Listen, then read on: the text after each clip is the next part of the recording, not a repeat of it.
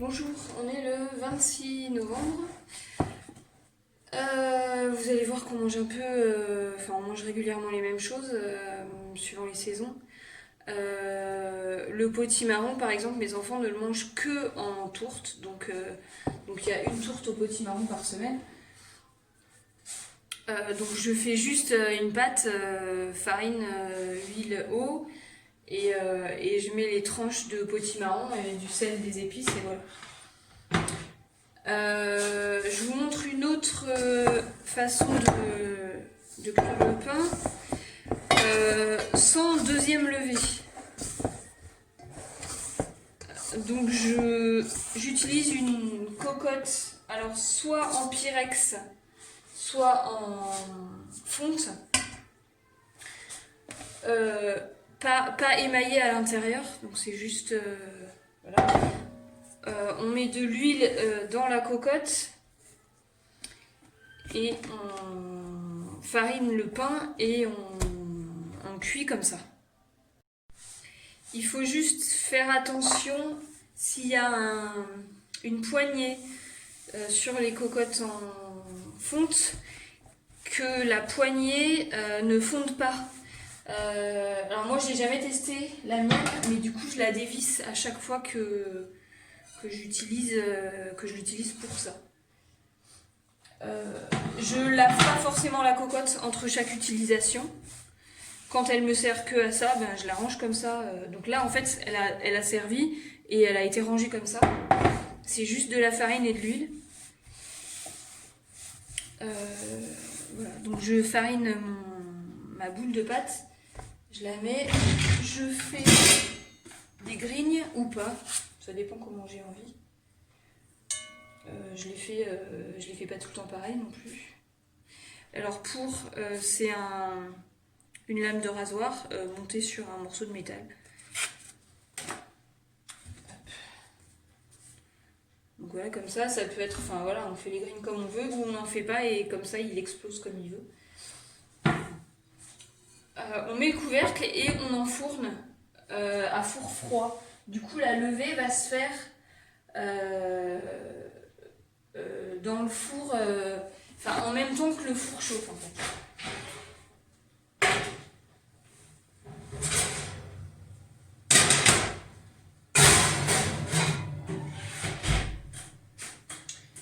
Donc toujours pareil, moi j'allume mon four plaque en haut, plaque en bas et 200 degrés. Dès que le four sera chaud, je mettrai la tarte qui est pour ce soir. Donc le repas de ce soir sera, est prêt. Et à midi c'est purée et poisson pané. Donc ça je le ferai à 11h, je ferai la purée. Là il est 10h moins 10. Donc là je peux aller faire travailler les enfants et broder. J'ai oublié les graines des potimarrons. Soit je les fais sécher au four. Donc en fait quand j'allume le four, je les mets dans un plat à tarte. Et voilà, je les fais... elles chauffent et elles cuisent. Nous on les grignote, donc moi je mange pas la peau. Je sais qu'il y a des gens qui mangent la peau. Moi je vois pas l'intérêt de manger la peau. Donc je croque comme ça. Et ça ouvre la coquille et je mange la graine. Et sinon je les fais sécher. Là j'en ai plein à manger, donc c'est pas la peine. Là je vais enlever la pulpe et je vais les faire sécher, et comme ça j'aurai un gros stock de graines pour les replanter. En sachant que les courges s'hybrident entre elles, donc dans la même espèce. Ça veut dire, le potimarron, je sais pas ce qu'il y a de la même espèce. Par exemple, la courgette et le pâtisson s'hybrident. Donc on peut avoir, si on n'a pas pollinisé manuellement et fait attention et refermé la fleur, etc., on peut avoir un mélange entre les courges, ce qui pose aucun problème. Si ça s'hybride avec d'autres courges comestibles, c'est comestible. Les non comestibles, c'est les coloquintes. Pour savoir si une courge est comestible, quand on l'ouvre, on goûte un petit morceau cru. Si c'est amer, c'est pas comestible. Et sinon, il n'y a pas de problème. Donc moi, ça me pose pas de problème de planter des hybrides. Et c'est des hybrides naturels. C'est hybridé par les abeilles. Et c'est pas... hybride ne veut pas dire artificiel ou je sais pas quoi.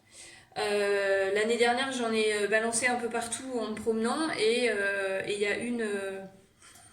dans le village, là, il y en a un qui a poussé. C'était marrant de voir au milieu du fossé deux potimarrons qui sortaient.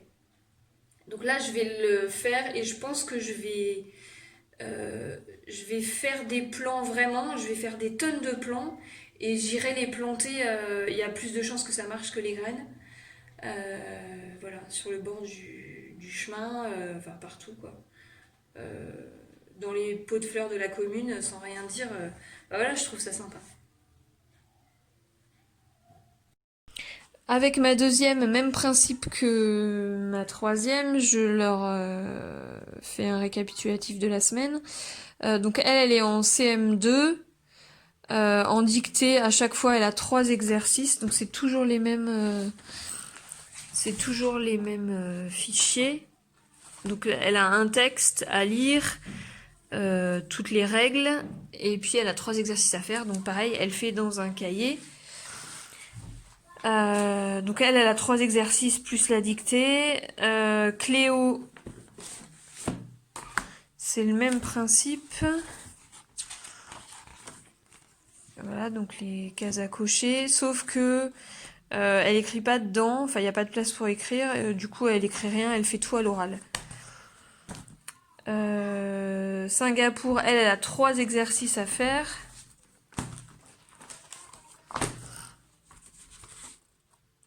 Ça c'est les révisions. Donc pareil, on fait pas les révisions, on les fera à la fin de l'année quand elle aura fini tout. La lecture, elle a pas de livre de lecture parce que la librairie des écoles n'en fait pas en CM2. C'est bizarre, mais bon. Du coup, elle lit les 7 premières semaines, c'était Harry Potter. J'avais trouvé des fiches de lecture avec, enfin des questions.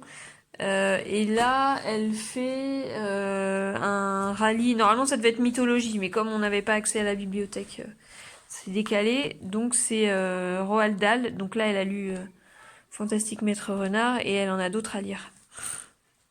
Et puis en géométrie, même principe, c'est Jokatop.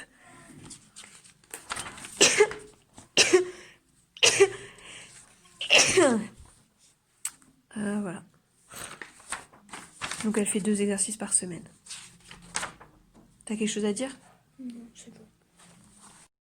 Je viens de préparer tout ce que j'avais à faire à broder cet après-midi. Donc sur la broderie de Julie, j'ai les cynorhodons à 3 endroits. Donc ça sera avec ces 2 couleurs. Sur celle de Martine, j'ai fini ce matin cette feuille-là. Et là, ce sera ça. Donc je fais ça avec les couleurs qu'elle préconise. Et puis j'ai celle de Sophie à faire. Et là ce sera du rouge. Donc il faut que je prenne un rouge. Hop. Plutôt un rouge. Voilà.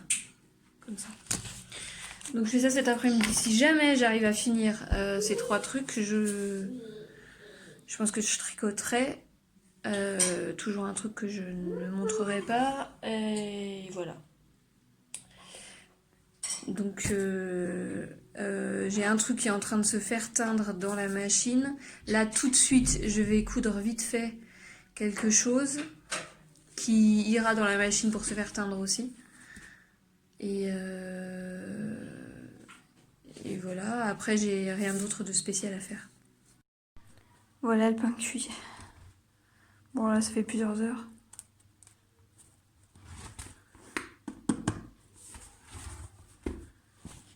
Il est resté je crois 1h25 dans le four. En 3 heures de broderie, je n'ai pas fini.